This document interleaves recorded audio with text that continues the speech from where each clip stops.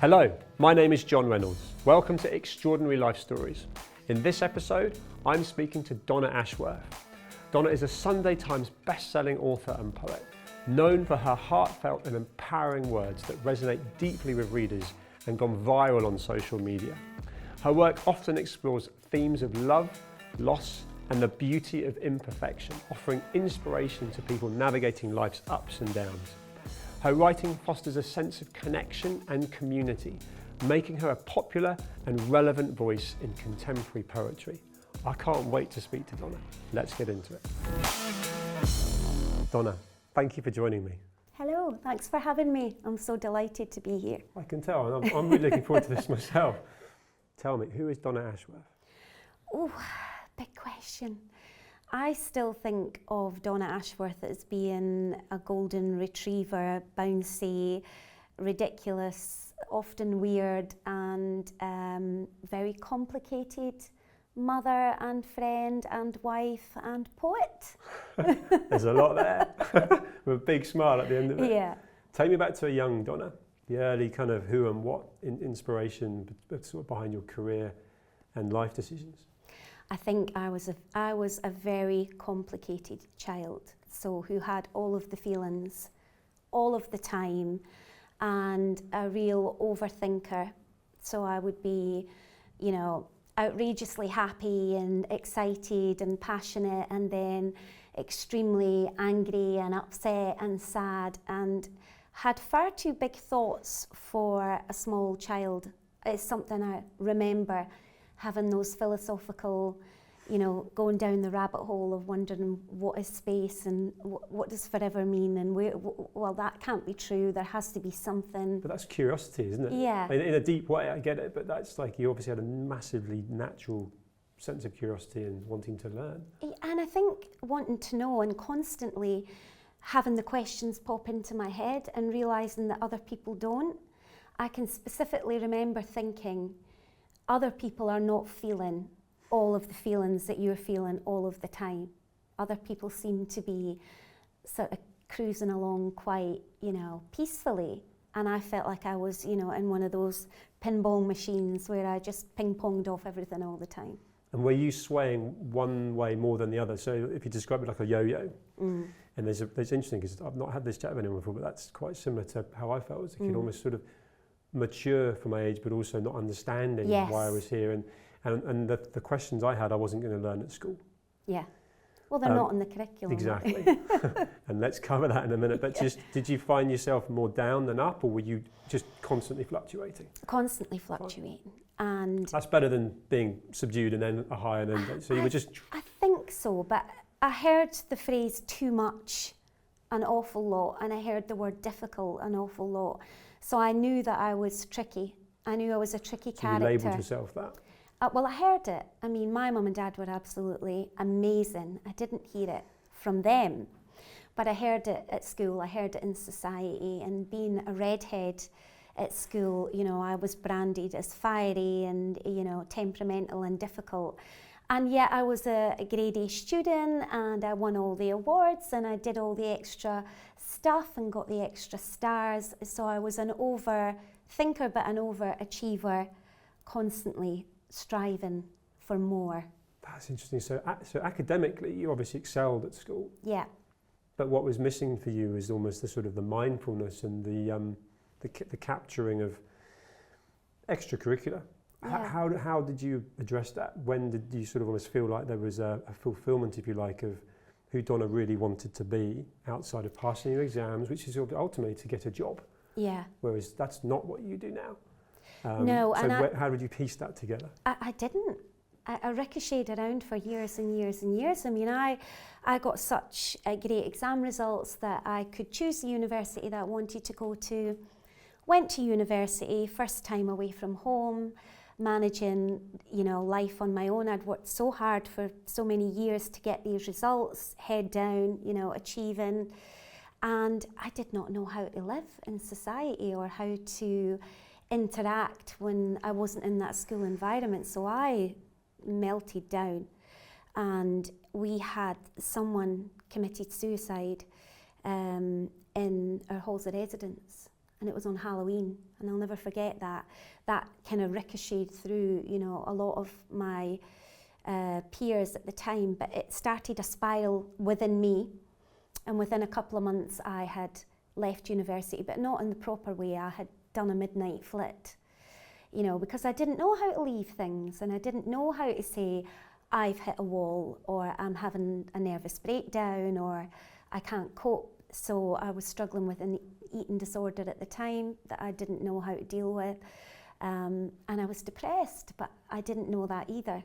So it's really I sad. didn't. It's awful to hear that, and clearly very lonely at that time, because it's not obvious who to speak to or what to do. I mean, my mum was brilliant, but when you're away at university, you don't have your mum. So prior to that, we had sort of gone on a self-help journey, and it was difficult to find self-help books in Britain at that time.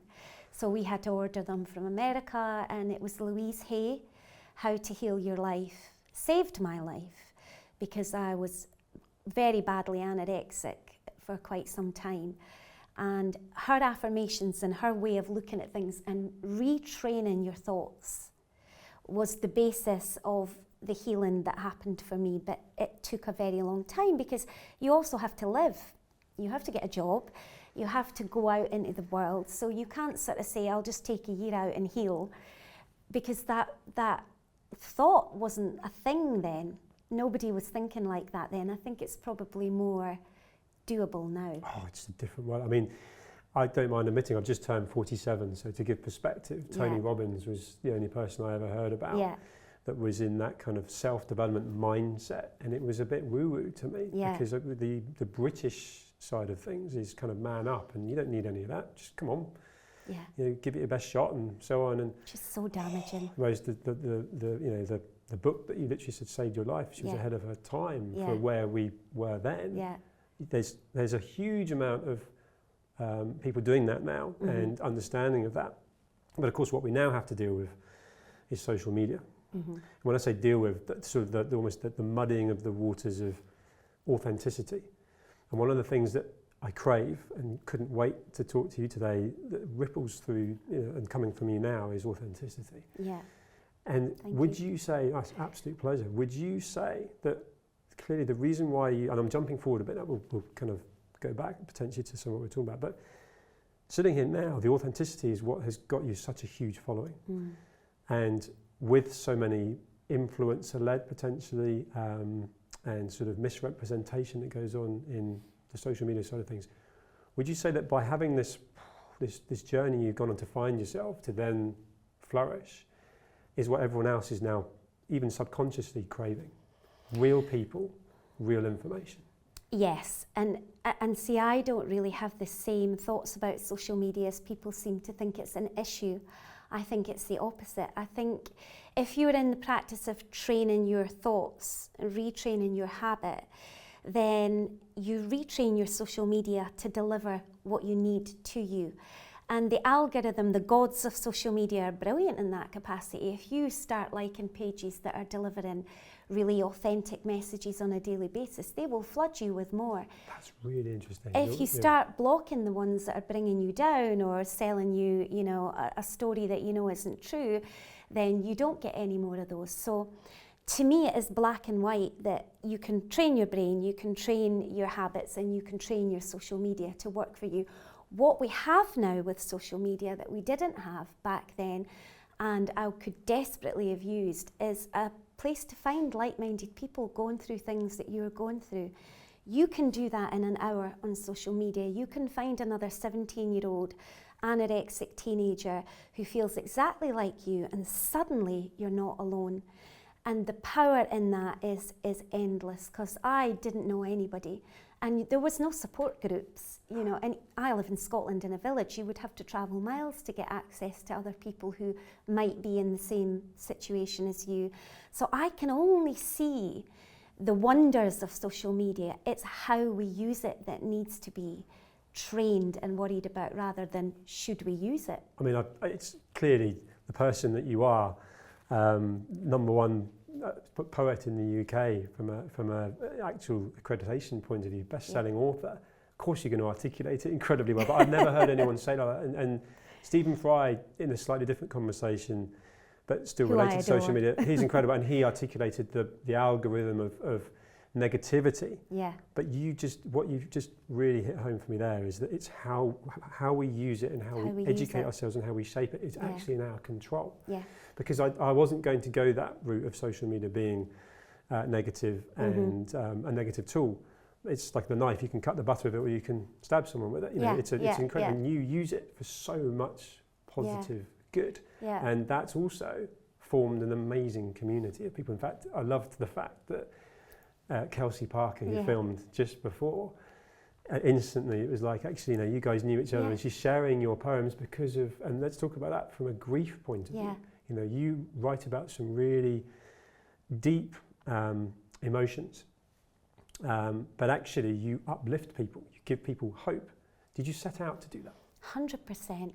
I just think if you wanted to go and see a friend who was struggling, you would go and see that friend, you would do your very best to see a little chink of light come into their eyes, just a tiny little raise in their spirits. You would not leave until you had achieved that objective. So if you're going to go into the painful parts in poetry or quotes, you have to bring people back up out again with either a little bit of hope or some comfort or a perspective they can take away, and that seed will then prosper and grow. And that's who habit knows? forming, isn't it? Yes. So that's the really important thing, isn't it?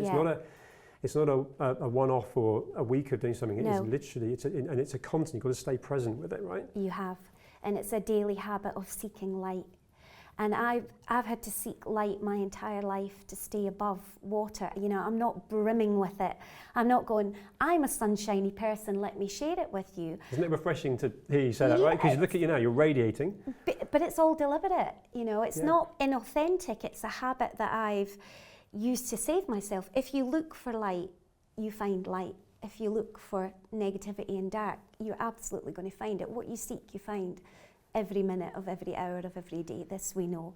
So it's a very deliberate thing that I do to keep my head above, water, to keep me on the sunny side of the street, quite literally, and not sink into the abyss of the world is hopeless. And every day you wake up, there is a new disaster and a new war for overthinkers and catastrophizers to, feast on. That's who I am.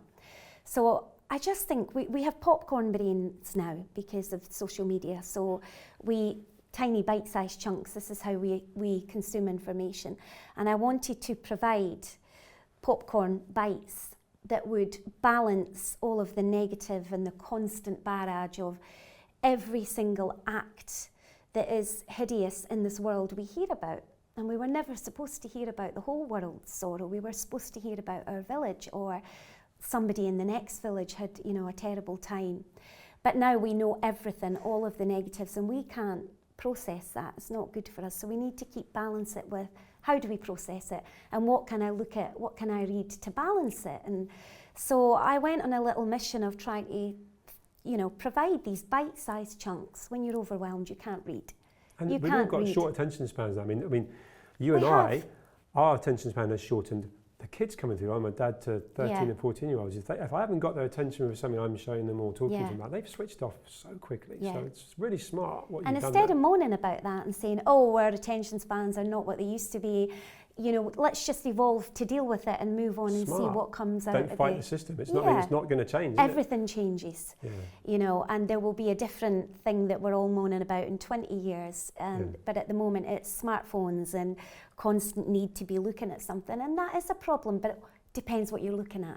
Definitely, and actually moving with the times, embracing change, brings up perfectly the kind of poetry that you're best known for. And to me, and we talked about this pre-filming, I loved English at school. I loved storytelling, creative writing, and I loved consuming. Rudyard Kipling, I must have read it a few hundred times. Beautiful piece. And I was brought up on this stuff, and I think it creates stimulation. It stimulates creativity. So that, but poetry itself, for me, and you would have a better perspective on this, felt like it was a sort of a dying form, not talked about so much. Kids aren't talking about, like, they're not coming home learning poetry like I did and so on. But it feels like you have, with this kind of popcorn culture and having people like Davina McCall, Kelsey, who we just talked Yeah. about, who are feeding off this, and they need it, they want to share it. And it feels like that's becoming, I don't want to say cool, but relevant, that's the word. Yeah. And it feels like you have been massively part of stimulating that. I mean, it's when I look back at it, I can't quite believe what's played out. I was just sort of sitting there at the right place at the right time when the pandemic hit, and I think this has all come out of the pandemic. You know, after every war, there comes the war poets and the war poetry, and it's about a collective consciousness experiencing something together. We were all in it together, so we're going to Form have that community. Yeah. We all became part of the same tribe, right? We did, and then, you know, the kids are coming out with mental health issues that people think they might not have had before, and it's changed the way their brains developed in those years, which it absolutely would have. Of course it would have. So we're now in the aftermath of that. We needed hope at the time, and I decided I would provide that. I thought it'll save me on a daily basis if I can. So selfishly, as well as helping everyone else, amazing purpose. Everything that I share helps me. It's maybe not always my lived experience, because I will process what other people are sharing with me, or things that I have felt. You know, we use the word empath in many ways in this society. Sometimes I think it's overused, but the grief that is not ours, I've always struggled with. I've always felt grief for people that I shouldn't have, because I wasn't close enough to. Or maybe they're even famous people that I've never met, or strangers on the news. But nonetheless, that is grief that needs to be processed. And we are told, well, you know, what are you getting upset for? Did you know that person? As though, you know, to be ashamed of that emotion that you felt because you're not close enough in line to experience that. So, you know, all of these emotions that in Britain we were always told to push down. I always wanted a chin. I always wanted to be stoic, graceful, and you know, you never know when she's upset, because I'm as transparent as get out. And then what's actually been my success in the end is how transparent I am, and how much I feel the things that I'm not supposed to feel. And what I just want to normalise is that everybody feels everything all of the time in a way. And recognising each of those feelings as a visitor will save your life, rather than thinking, I am this now, I own this now, I must be a sad person, I must be a melancholy person, or I'm weird, or you know, you're none of these things. These are just what's visiting you at the moment. And other cultures are good at using the language to say, sadness is upon you. We say, oh, she's sad. You've become it. No, it's on you. It's passing through you. You know, but we tend to sort of believe that's us then. Identity. And then you're under. You can be overwhelmed by Is that something that you know you need to deal with quite quickly? So like you almost form that identity that, you know, this is who I am now, and or, you know, my point being that we can then be consumed by it, overthink, and allow it to almost like an ivy kind of. It's got you. And you've got to break through. It's got you if you Yes. if you So if what you you're attach possessive to it. You know, my illness, my depression, it's You've labelled yourself. It's got you, is the way that I see it. Instead of you saying, you know, this is a phase that I'm in, or this is how I'm feeling, or this is what I'm going through. And that could change in a month, you know, it could be entirely different. And I think that very simple shift can be the saving. When you started writing, and that almost sort of ridiculous timing that happened with COVID, that then the world almost stopped, right? And it's almost like that was when people went back to the roots of I need to find more meaning, and you know, why are we here, and how's this happening, and I have time. And it's almost like that zeitgeist timing all happened at once, where people found you and you were putting out content that resonated with people. You were doing it for yourself, to get yourself through time. Did you ever actually have the thoughts that this is something I could make a career out of? No, I knew it was helping people, and I loved that, because, you know, the shared experience of that, the exchange, the emotional exchange, we were talking about it earlier, it charges me, you know, knowing that other people are seeing that perspective, or feeling that hope, or getting that comfort. You know, it's a constant cycle of positivity. But I didn't see it as a career, because I'm just a mum of two, who my husband and I owned a play centre. And of course, it was the first thing to shut down. I read this about you. Yeah, so we were first to shut down. You moved so quickly. This is the thing. This is just using that. I used that example of Ivy on something. You knew that okay, that's a chapter over. I need to. Whereas some people might have fought or disappeared. It's gone. Oh no, this didn't work. How annoying! You moved so quickly. My husband wanted to cling on to it, so I'm a real. I realised quite early on that life is change, you know, and I like certain things to remain the same, but that can become the fear that cages you rather than the fear that protects you. So I've worked on it for decades that, you know, you must welcome in the change, you must be ready when it comes. You can feel it when it's calling for you, you know when it's bigger than you and it's time. So I was very sort of decisive, no, we won't wait until they shut us down, this is not safe.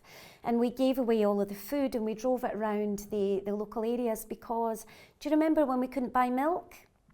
And there was no toilet roll and people couldn't get pasta and people who were gluten-free couldn't get gluten-free pasta because people who missed their pasta had bought all the gluten-free pasta and bought all the shelves. It was just a mess. So I remember driving round giving out milk to people, old people and mums who were breastfeeding and they needed milk, you know, and it was just such a crazy time. I remember thinking nothing will ever be the same again.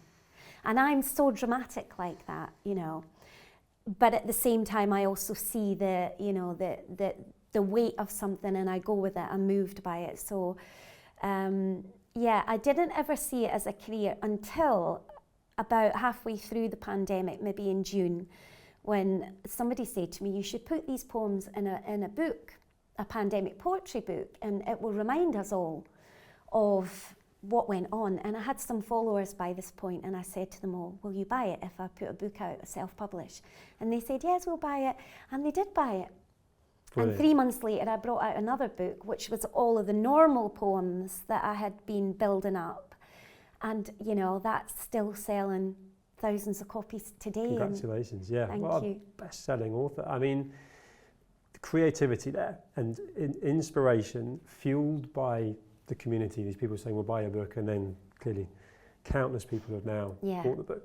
Where do you get your continuation of stimulation and ideas, right? And do you ever experience that kind of writer's block element? Because it's so much of what's coming from you is from that lived experience or drawing on, as you say, on other people's, but, you know, do you feel like you've just got a bottomless pit because you're dealing with so much that is real life? Life, every day. It's so everyday you've got words, a constant stimulation, so there's no end. Brilliant. And even today, I'll go away from today, well, especially today, because of the experience I've had in the last hour, just meeting people out there, and the chat that we've had will kick off another 100 So I might be in things. the book in the future. Come on. And that's what I'm always saying to my followers, because I do a lot of events now, and I get to meet people, and this is wonderful. And I get to hear from them, but more importantly, I get to stand next to them, and I'm a big energy person. And, you know, there's a lot of woo-woo to this, but there's a lot of science to it as well. We radiate our energy field. It's like 3 feet around us. So, you know, we are kind of touching right now. We've been stood in each other's energy out there. You are quite literally in other people's energy. Of course it's going to affect you. Of course you're going to pick up on what's buzzing about their energy. So I'm a big energy person, and I keep saying to them, this will come back out into the words at some point in the future. So watch out for it, because I haven't gone through all of the various ways that people can grieve in this life, of which there are millions, and no two griefs are the same. It's really just like a important fingerprint, I couldn't draw your fingerprint if somebody said, you know, have a guess, and nor could I draw your grief, because your lived experience of it and the way that your brain processes it and your physical experience of that brain processing will be entirely different. And grief is the one thing that nobody wants you to talk about. They don't want you to read the poems on radio because it will bring the mood down. And Kelsey and I were chatting and saying, there is no need to bring the mood down. We can laugh and cry in the same 10-minute period, and it should be far more talked about and accepted. And it's all right if somebody dissolves into tears. We can make them laugh once we've been through that and showed care and, you know, come together. Is that why people don't talk about it? Because And it They're goes back afraid. to they're afraid of showing that raw emotion. Or saying the wrong and thing, cry, or setting it off. Maybe I'll remind them of the person that they've lost as though they've forgotten. You can't make it worse. No, yes, and the whole like losing emotion, right? People Yeah. have not wanted to cry in front of each Stiff other for upper too lip. long, right? Which is very British. Yeah. And I think that's where Kelsey was saying people were crossing the street that knew her fresh after Tom had died, because they didn't know what to say. And she wanted to talk to them because that was her way of processing grief. Is there a particular poem that you have written that, for whatever reason, because as you say, grief's different for everyone, is there a particular poem that's really resonated with people, that has been shared the most, if you like? A grief poem, Yeah. It would be Love Came First, and I think I'm all about the perspectives, so you can't put all people grieving into one poem because it's so specific, but there is one element of everybody's grief that is entirely the same, and you are grieving because love came first. Grief came to you because love came first, and that little perspective shift can be enough to turn the grief from being very destructive on that particular day, hour, minute, to come back to back to the love that all grief comes from. Everybody knows that, they loved that person, but just remembering that grief came to you because love came first, it can, I'm told, be very powerful, the right words at the right time. So that little passage is definitely the most shared and used being the word that I'm all about. I wanted poetry to be used, not on National Poetry Day or in English for poetry lessons. It's a coping mechanism tool, right? A daily daily words, tool. Daily pages, 1 page a day, and what can it achieve? Yeah, and you're doing that. This is the thing, hence the relevance, right? Whereas for me, poetry would be, now where's that book in the bookshelf? And it's a bit, blow the dust when off. somebody needs a grief poem, it was the same grief poems we've been using for 100 years. Yeah, so you've affected change And there. they don't all suit everyone. No. We've moved on, we changed the way we talk, and it doesn't always fit, so I wanted to make that easier for people who were grieving. I'm just imagining people watching, listening, who aspire to be able to be as creative as you. And we just covered the fact that you have got that pot of life that feeds in. You're never going to run out of inspiration and stimulation. But if I was an aspiring poet and writer, and I wanted to try and get my feelings out, and I wanted to express my emotions, and where would I start? And that's a bit of a harsh question to you, but it's more of a kind of, is there a way of just writing things down and a method that could allow someone to develop their own hobby, if you like, that could lead to something else? I mean, my top advice for it is just start. Don't spend all that time thinking about how you can start. Put pen to paper, get your phone out, get your iPad out, write something, then write another thing, and then let it come out. Don't be put off by every poem's been done, every topic has been covered. No two people will have the same perspective. I can write something, I can give you a prompt. I just wrote a poem live in Waterstones for National Poetry Day, and they sent through all the prompts, and the prompt that I picked was pumpkin spice, because people who like pumpkin spice can get a lot of stick on social media. Oh, here they go, the pumpkin spice brigade, But these people are actually seeking light. When light is fading, when summer is leaving, they're going, okay, summer is gone. I'm not going to get down and upset. I'm going to look to autumn. What joy can I find? What can I get excited about? What can I do to constantly, bring that positivity in? So that was what I wrote in Waterstones. But somebody else would take that prompt and write, it might even be very similar, but it will be different. It will be them. And that differentiation. There's no right or wrong, right? And it's so important because we could send it out to 100 people, and 10 people will connect with one and 10 will connect with the other, and there's no method for that. So do not be put off by so many people are already doing it. What could I have to say that's different? Everything that you say will be different if you let yourself say it and don't censor or try to be like anybody else or judge yourself as you're doing it. Amazing advice. Judgment out. Judgment, yeah, totally. Did you say you did a poem live in Waterstone. Yeah. So if I said to you now... Oh, don't do that. Oh, okay. I've switched it off now. Oh, yeah, you should? It's a constant, isn't it? But I'm going to put you on the spot. So it's not how I normally work. So the inspiration comes to me, the poem's done. I'm not going to put you on the spot. That would be really cruel. But if I had, would that part of your brain kicked in and gone? And so let's say it was over the last hour's experience of the conversations you've been finding out about Jack, JAQ, the mental health social media platform, Kelsey, me. Would you instantly spin that into the mixing pot? And absolutely. Brilliant. Yeah. That's a skill. And the one that would come out today is, nothing random is ever random. These connections that you make, and then they're suddenly in real life, there they are, these people that you've connected with on a deep level, and suddenly they're in front of you. That's not random. You sort of choosing the people that you've chosen today may have been a random selection, but it isn't. You chose us all for very specific reasons, and that brought everybody together. So true. You've literally created that melting pot that you speak of. And it's absolutely fantastic. But normally I can feel the sort of poem, which I'm told is very unusual. Recently, in the last few weeks, I've been asked many times, how do you write? And I don't sort of sit down and think, right, I'm going to write. I wait until it's almost delivered, and then I pop it down. And that can be at any time of the day or... And just tapping into that, so where are you when you're coming up with this? Because it feels like this is happening all the time. Do you have a journal on you all the time when you're writing down? I use my phone. Do you go out to have a walk? Or is there a place in your house or somewhere where, you know what I mean? Or is it just constant where you just... It's wherever I stand. But I will go and get my iPad, and it's funny because when we were taking a picture at Waterstones, I got a pad and pen out because I had a suit on today and I had my iPad and I felt very corporate. This did not feel very sort of poetic and mental health at all. But my iPad to me it's like opening up a magic portal to goodness knows what, I don't know. Every book's been written on that iPad.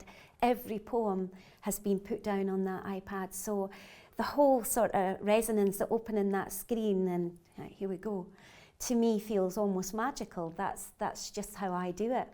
Do you know something I'm really picking up from you as well is there's a relationship that you've probably got with failure, and failure is such a strong word, but things that haven't worked out, it doesn't feel like anything could actually fail with what you're doing. I don't mean in an arrogant way. Yeah. Everything comes from the heart and the head and the mixing pot that produces something. And if people don't share it or appreciate it, it doesn't matter because it's part of your creativity. And then really it's almost like an ever-growing sweet shop where people go, oh, that worked, that worked. And it might be in 3 years' time, a poem you actually written that meant so much to you at the time, someone else grabs it. And then this is where it might be shared on social media.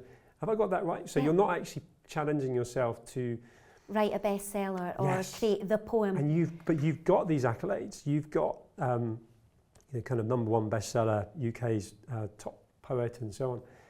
How much does that really mean to you? And sitting here now, what is your definition of success?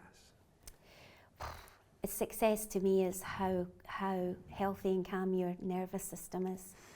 Because if you are running on adrenaline, doing what you're doing, it's not a success. It can't be maintained. It's not sustainable. If you're doing something that charges you back as you're doing it, making your own energy as you go along, then that's successful. The accolades and so on have been brilliant for me because I have been an internet author. It's hard to get into bookshops. So every time I get you almost reverse engineered it. Yes, well I self-published my first 3 on Amazon, and that's, but there's no other way. If you can't get a publishing deal if you don't have something to show that is going to be, desired. Proved concept. I would recommend to anybody to just go out and do self-publish and then see what you think, and then you can approach people. And I'm always advising people to do that. But the accolades are brilliant because they open doors, and they help with your imposter syndrome. But your imposter syndrome from others, But that's your own thing to sort through, because I know that no matter how successful people get, that never goes away unless you make it go away. You have to do that yourself. It's about sort of figuring out what you want out of the success. What are you getting out of it? I enjoy making books. I absolutely love meeting people through that. you know, that we get straight into the nitty-gritty at my events. People come up and they say, I said I wouldn't cry, and they're already crying. And I said, well, why wouldn't you? We've been sharing deep conversations online for years. We're straight through the first few layers of how are you, and I love your dress. We say all that anyway, but we're straight into the, you know, I used your book when I didn't think I was going to make it through another day. And so that's success right there. To me, You've just that's affected the why. someone else's life for the better. That's the why. And as long as you're focused on that, and not the figures and the numbers, you have to look at those. It's not practical to not. And I have got that in spades, and I think your community, your passionate followers and anyone reading your poems will get that. But I want to flip it into the question of, is there an accolade? Is there something in the world of writing that would be awesome to aspire to and have? I didn't even know what it meant when they said you're on the Sunday Times list the first time. I went, what do you mean? You're a Sunday Times bestseller. I hadn't even put that on my vision board because it didn't occur to me that you could come the way through that I've come and become a Sunday Times bestseller. I love that though. And so that took me a few weeks to go, oh, I didn't even know. And then now 3 of my books have done it. And so it was a nice to have. It wasn't a North Star. Oh, I mentioned it a lot. Of course. Because why wouldn't you? Absolutely. I said to all my followers, look at what we've done. You didn't set out to achieve it, is what I mean. When you first started writing, it wasn't like this could be that's what I love about that. I wanted to be useful. Yeah. And I wanted to be used, and selling books is important because if you don't sell books, you're no longer useful, you can't continue to do it. If everybody stopped buying my books, I can't do another book. No. So that drive to sell books is there. You know, I'm always promoting my books and saying, you know, this, if you want this, if this appeals to you, here is the book that it came from. Because that is all part of the machine and the cycle that will make it continue. And there's much work to be done in this sector of mental health and reprogramming and daily habits. Not just from people who are experts, you know, and trained, but from everyday people who, you know, I was 45. 44 when the pandemic hit, and I think women especially think that when you've had kids and you're a certain age, you've kind of done what you've done. And it was really important to me to say, well, maybe you could do something else, and if I can do something else, maybe you can do something else, and why not? That's you don't have to be invited. That's entrepreneurial. Yeah. And I think that's also a really important message for people to hear, right? Because we can always change. I mean, I'm 47 now, actually just turned 47, and I wasn't doing this 2 years ago. What were you doing? Oh, God, you don't want to know. Lots of things. Serial entrepreneur. Property investment and development's been a big part of my journey. But, you know, the point you're making, and I think this is where we're very similar, is pivoting, not allowing myself, and I did actually for too long in property, but I was always doing other things, but not enough to be stimulated in different ways. And I think actually flipping that back to, you've kind of covered it in some of how we've been talking, but just going back to a young Donna growing up and sort of relating that to potentially an aspirational, whether they're a teenage, early 20s aspiring author, or potentially someone that could be at a crossroads in their life and wants to, what advice would you give them? I think everybody knows what it is that they like to do, what they're good at, what fuels them. But we're all very afraid of that can't work. I can't possibly create a career out of that or make a life out of that. You have to be invited in. It's only for special people. It's, you know, it's only for the few. And I think if you don't give that a shot in some capacity, you will always have that press between the two parts of you that are trying to make money and trying to do the right thing in life, and the other part of you that's going, but we've got really quite a lot to bring in this area. And it's difficult, I know, you know, but there are people out there doing every single thing that you can think of that people are going, I can't do that, it's not practical. Well, somebody's doing it. There are ways, and it's all fear, you know, and the fear is something that was instilled in us as children. And I mean, a necessary amount of fear is healthy, because you can't go out expecting to be able to feed yourself and put a roof over your head if you're not thinking, you know, carefully about what you need to do. But fear is there to protect you, not to stop you. And, you know, and again, making these dissections between the different kinds of fear that are built up within us is huge. So everybody has that thing that they can do to get one step closer to feeling that creative side of themselves. And believing in, I think it starts with a belief, passion, as you said, and then breaking out of that whole, you sort of, the whole like almost education curriculum that says you've got to go and get a job and so on, actually back yourself. And of Which course is what you the did, job right? You takes backed all your yourself. energy. Yeah. And it was difficult, I didn't put my name to my poetry for a long time. Because I was ashamed or embarrassed, and if it didn't get shared immediately very quickly, I would just delete it. I went through that whole process of, and still to this day, imposter syndrome is something I fight off constantly. But I think everybody does, in the minute that you realise that everybody in the room has it to some level at some point, it makes it a lot less scary. Shining light on anything dark immediately makes it less scary. Like the pile of clothes in the corner of your room in the dark looks like a human coming through. You put the light on it, it's on my jacket. And it's the same for everything in your mind. If you keep it in the dark, there it stays. And actually it can fester as well, it can become a problem, festers, right? It can start horribly. to get really scared. And then it goes into your nervous system and it becomes your illnesses, and it holds you back physically as well as mentally. So the more we talk, doesn't matter what you say, but the more we talk, we get closer to getting these little, sometimes I think, and you say it out loud, the power that you've given to yourself by getting these little things out and saying them out loud to another human is huge. And then I think once you start that, there is a great unravelling. You're no longer in control of that unravelling. I started unmasking, so I have masked my entire life, tried to be somebody else, tried to hold it all together. Oh, she's so busy, don't know how she does it. Well, I have a meltdown every night when I get home is how I do it.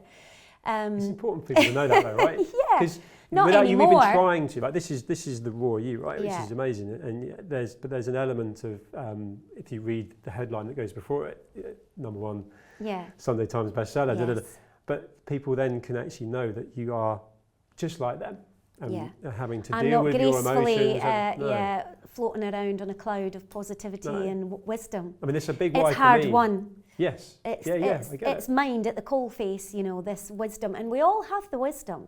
That's why you share a poem, because you read it and you recognise that. You knew that, but you'd forgotten it. Life had taken it from you. You were too busy. Or you allowed them to consume it in a way that there was a blockage, maybe a fear from that person reading, and then you open that up through the creativity and the skill. Exactly. So it's your wisdom is, if you read that and that hit you, it's because you knew it, really. You recognised it, you connected with it. So the wisdom is yours as well.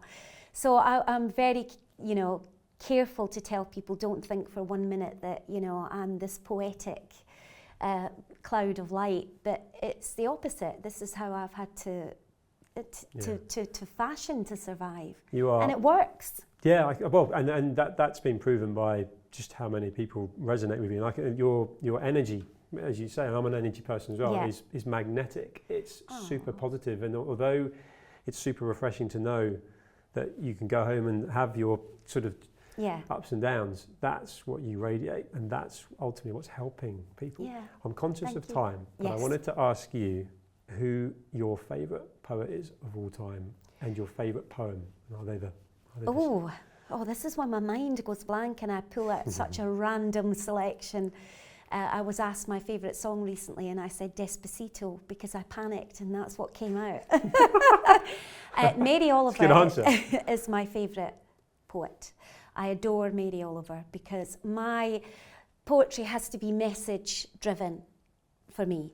I'm not interested in sort of dissecting and spending an hour cogitating over what possibly the poet meant. I want to hear, a message. What were you trying to tell me? What did you want me to feel? And she brings everything back to nature, and that's really important for me because I am only doing well in my life if I bring everything back to nature on an hourly basis. Look at the sky, look at the moon, look at the sun, look at the trees, look at the grass. You will be fine if you constantly take the lead from nature. And I think my favourite poem might be Wild Geese by Mary Oliver. I have to make a note of that. I'd love to be able to recite it for you. That would be really impressive, but I can't. Oh, I was about to have that. Yeah. Sorry. But I know that I love it. Yeah, I'm going to look that one up. And to finish, is there a poem that you just love that you have written that you could tell me now? I think my favourites have got to be Joy Chose You and Joy Comes Back. In Choose my one. Joy series, Joy Chose You because it was the first. Could you recite it for me? I can. Joy does not arrive with a fanfare on a red carpet strewn with the flowers of a perfect life. Joy sneaks in. As you pour a cup of coffee, watching the sunlight hit your favourite tree just right. And you usher joy away because you're not ready for her. Your house is not as it should be for such a distinguished guest. But joy, you see, cares nothing for your messy home or your bank balance or your waistline. Joy is supposed to slither through the cracks of your imperfect life. That's how joy works. You cannot truly invite her. You can only be ready when she appears.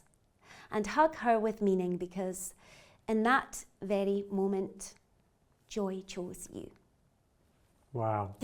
I feel so privileged. I'm just Thank glad you. I remembered it. I'm sorry, I didn't intend to do that before I sat down, but I just felt that would be an amazing way. Thank you for asking. All we've got time for, but thank you so much. It's I know you been don't a do joy. too many of these things, so I feel really lucky to have been able to talk to you today. Same here. Thank you. Thank you, Thanks Donna. so much. Thank It's you. lovely to meet you. You too.